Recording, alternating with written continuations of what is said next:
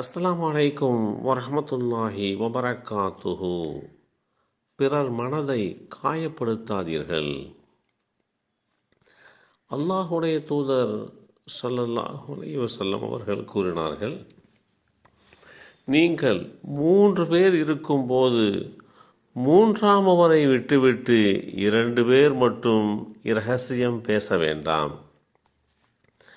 நீங்கள் மூவரும் மக்களுடன் கலக்கும் வரை, ஏனெனில் அவ்வாறு 3 பேர் இருக்கும்போது இருவர் மட்டும் பேசுவது மூன்றாம் அவரை வருத்தமடைய செய்யும்.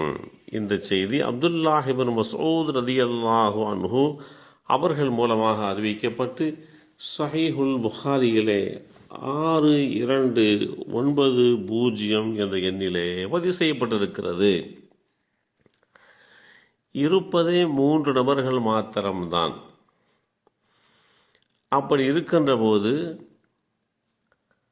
அதில் ஒருவரை விட்டுவிட்டு இருவர் மாத்திரம் எதையாவது மறைத்து பேச முற்படுகின்ற போது மூன்றாம் அவருடைய மனோபாவம் எப்படி இருக்கும் என்கின்ற சிந்தனையை இந்த சமுதாயத்திற்கு அல்லாஹுடைய தூதர் ஸல்லல்லாஹு அலைஹி வஸல்லம் அவர்கள் எடுத்துரைத்து, அப்படி செய்யாதீர்கள், அதன் மூலமாக அவருடைய மனது நோவினையை சந்திக்கும், இப்படி அவருடைய மனதை உள்ளத்தை காயப்படுத்த முற்படாதீர்கள் என்று குறிப்பிட்ட அதே வேளையிலே இந்த 3 பேருமாக சேர்ந்து பலரோடு கலந்து விட்டபோது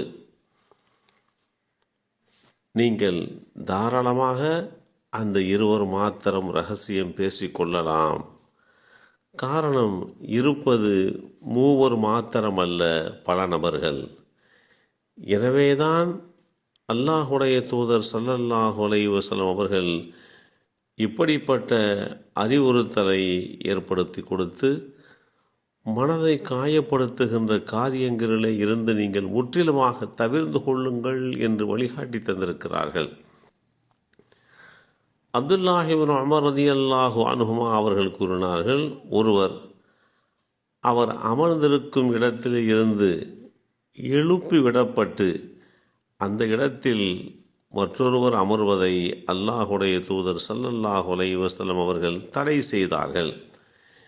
இதற்கு மாறாக நகர்ந்து உட்கார்ந்து மற்றவர்களுக்கும் இடம் கொடுங்கள் என்று கூறினார்கள்.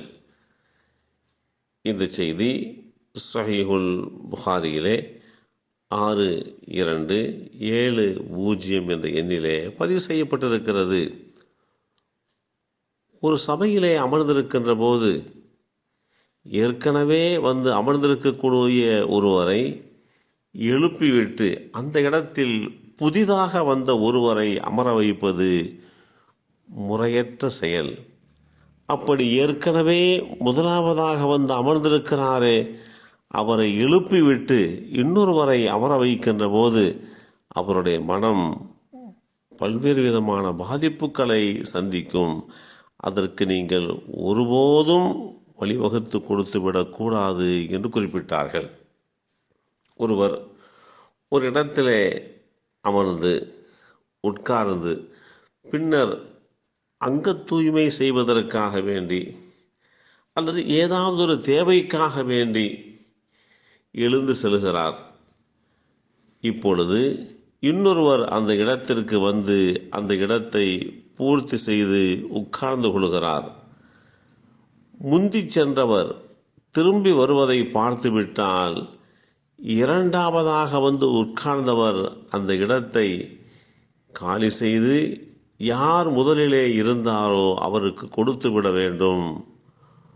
முந்தி வந்தவர்தான் அந்த இடத்திற்கு உரிய உரிமை படைத்தவர் என்று அல்லாஹுடைய தூதர் ஸல்லல்லாஹு அலைஹி வஸல்லம் அவர்கள் குறிப்பிட்ட செய்தியையும் நபிமொழி தொகுப்புகளுடைய வரலாறுகள் நமக்கு தெளிவுபடுத்தி காட்டுகிறது.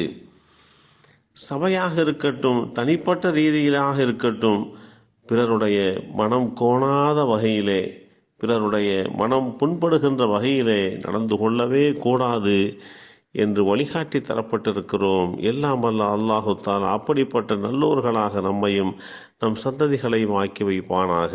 அஸ்ஸலாமு அலைக்கும் வரஹ்மத்துல்லாஹி வபரகாத்துஹு.